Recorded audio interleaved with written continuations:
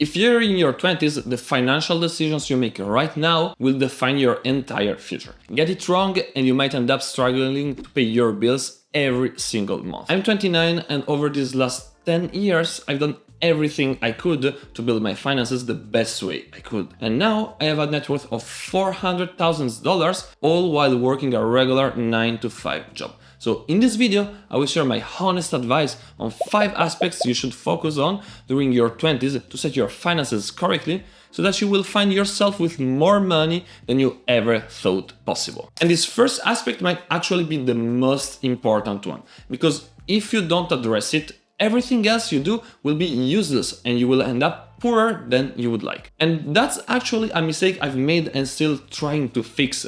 But fortunately, I realized my mistake before it was too late, because otherwise it wouldn't have allowed me to live the life I want. I've always wanted to make lots of money, so every choice I took over the last 10 years was to reach that objective. And actually, I make a lot of money and my financial situation is great. But 2 years ago, I realized I wasn't happy and I actually struggled to understand why, because I was living a good life and my career was going extremely well. But then during a trip to Thailand, I realized what the problem was. To make a lot of money and have the potential to earn much more in the future, I was stuck in a situation I didn't like. I was stuck in a job which didn't allow me any type of flexibility, crazy working hours, and in a city that I didn't like. The lifestyle I had was not what I wanted, and certainly not what I wanted in 5 or 10 years. I felt trapped. And this is why I believe that the first and most important thing you should ask yourself is, what do I want to do with my life? You don't need to know every detail, but you must understand what you want, because this will have a huge impact on your financial situation. If you want to live in New York and drive a Ferrari, you might not have the same financial goals as if you want to live in the countryside driving a Ford. That is why you should take pen and paper, sit at the table and ask yourself questions like, in 20 years, where do I want to live? What type of job am I doing? Do I have a family? Do I own a house? Which type of car would I like? Which type of lifestyle do I have? Ask yourself all these type of questions and answer them.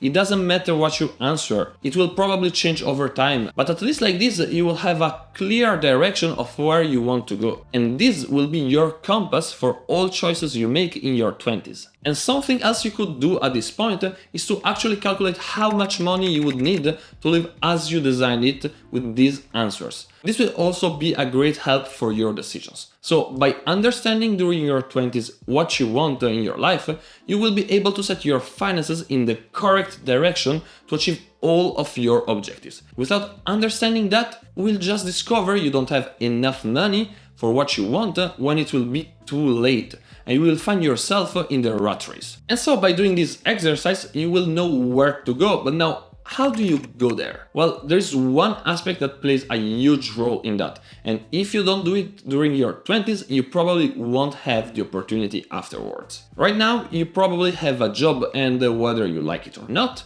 you've gotten used to it. You know what to expect from it, you know your colleagues.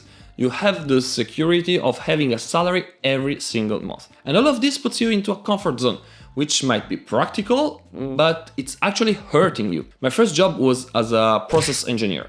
I had to develop laser cutting machines, and it definitely wasn't my dream job. The salary wasn't great, the location and colleagues neither. But I started getting used to it, and in the end I spent more time than I planned in this company. I wasn't happy, but I got comfortable. The problem is that by getting comfortable, I stopped evolving. I stopped learning new things, I stopped seeing new opportunities. I was just going with the flow, waiting for something to change by itself. And if I had continued like this, I would definitely not have the same amount of money as I have now. And this because I decided to get out of my comfort zone, search for new job opportunities, and quit my previous job. It wasn't easy, it was a tough decision, because it is always difficult for everyone to quit a situation in which you're comfortable. But if you don't do it, you will never evolve. And the more you wait to change something, the more difficult it will be. So by changing job, not only I received a much higher salary, but I had the opportunity to learn new things and improve myself, which allowed me to grow even more in my actual company and have an even higher salary. This is why even now I regularly check for new job offerings and if I find something I believe it's worth the change, I'll quit my job for this other one. And if you're in your 20s, you should do the same too. Because it is the moment of your career where you're expected to learn and experience different things. You don't have anything to lose, you don't have any mortgage to pay or family to maintain. So you really have to develop this habit of continuously looking for new opportunities. If you find something that looks better, don't be afraid of getting out of your comfort zone, quitting your job and face a new experience. This will only push yourself to evolve. So by keeping your eyes open and going out of your comfort zone, you will manage to develop yourself, and you will also be able to find a job or career path that will make you possible to reach all of your financial objectives. However, if you want to increase your salary, you need something more. Simply finding opportunities will not drive your salary up. You need to deserve to have a higher salary. When I started working, I was struggling. I wasn't the best by far. I had some colleagues that were much more productive and effective than me, and I could see it from the supervisor's behavior. But little by little, I managed to catch up with my colleagues and even surpass them. By the end of the first year, I was without a doubt the best one amongst my colleagues.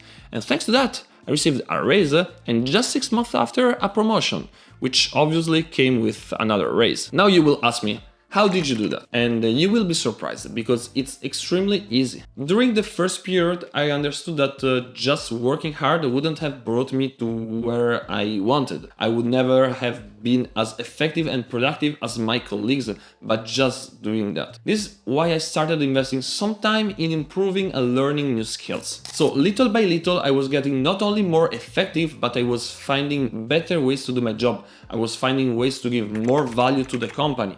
And over time, by continuing to learn and improve my skills, I left my colleagues behind in terms of performance. The supervisors noticed that, and so they offered me more money and a new opportunity. And this is why still now I try to learn new skills and improve the ones I already have every single day. Because the more value I am able to deliver, the more I will be valuable for the company, the more they will pay me. And so, concretely, how do you learn new skills? Firstly, you have to identify which skills might be highly valuable. You can do this by searching, for example, on LinkedIn the skills needed for the position you are aspiring for, or just by looking at your supervisors. You can learn all of these skills in many different ways, by using websites like Udemy or Skillshare, reading books, or simply searching online. So if you continuously develop yourself and learn new skills, by the time you're 30, you will already have a job and a salary that will make you have more money than you would have thought. And you will also be in a position in which you will have a lot of opportunities to grow even more. So now you know how to make more money, but I also want to tell you how to have even more. Because just imagine that thanks to that, I make over $40,000 per year, and I do that without any effort. I'll give you one number, $1,275,000.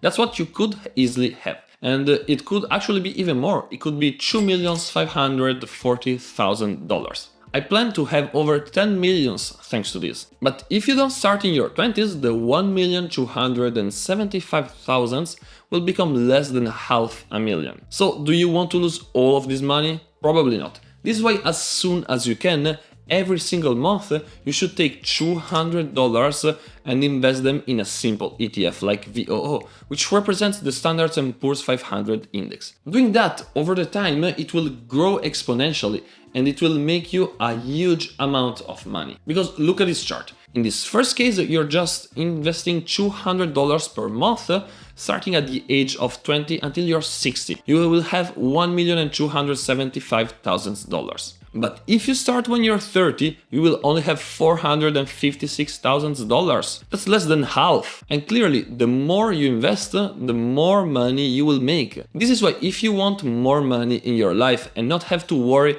about the future, you need to invest as soon as you can. I started when I was 16, and without that, I would never have the amount of money I have now. And nowadays, it's extremely easy to start investing. Many online brokers offer smartphone apps that allow you to get started in just a few minutes. So if you really want to have more money, investing every month as soon as you can is the best solution. And this means that thanks to that, you will easily have hundreds of thousands, if not millions of dollars more in your life. And so just by setting these first 4 focuses, you can have much more money than you would have thought by the time you're 30. But if you don't develop this last habit, you will be disappointed whenever you check your net worth. Because imagine you're running a marathon. While you run, you realize you forgot your watch, and so you don't know how much you've run already. You don't know if you're doing well or not. And the organizers forgot to put the signs for how many kilometers you have made. So while you're running, you're completely clueless on where you are. But you feel you're doing well, so you keep going at your own pace. You run and run, but you start thinking, why am I not already at the finishing line? But you keep running, you have to finish the race. And when you arrive at the line, you can finally check your result. You can't believe it. It is your worst time ever, by far. And now the race is finished and there's nothing you can do about it. Not having the timing during the race or the kilometers at which you were at made you think you were doing great, but you weren't. Well, that's what happened to me with my money, and I am sure that it probably happens to you too. In the business world, we often say what is not measured cannot be improved. And I wasn't measuring nor tracking my money some years ago. So I didn't really know how much I was spending nor what my net worth was. And the first time I looked at it, I was shocked. I thought I was doing much better. I was putting a lot of effort in doing everything right, but clearly I wasn't. So I started tracking how I was using my money, and I immediately saw I was doing errors that I hadn't noticed before. And thanks to that, I managed to correct my finances and bring them where they are now. This is why you should also start tracking your money, but don't worry, you don't need to do some crazy complex tracking system. You just have to track 4 things. Your fixed expenses, basically everything you need to survive, like rent, groceries or phone bills. Then you have savings, investing, and very important, guilt-free spending, which is the money you spend for yourself because you have to enjoy your life. And to make it easier for you, you can find a link down in the description to download my Google Sheet template to track that in just a couple of minutes per month. And so, by regularly monitoring your finances, you will be able to react if anything isn't going as planned, ensuring you actually reach your financial objective. Because otherwise, you will probably find yourself at the end of the race far away from your goal. So in the end, I can just summarize my honest advice with one thing. Get good financial habits. Doing that in your 20s will save you hundreds of thousands of dollars, and if not even millions. So if you want to be sure not to leave all this money on the table, watch this video about 7 bad money habits that keep people poor. Thanks for watching and see you soon.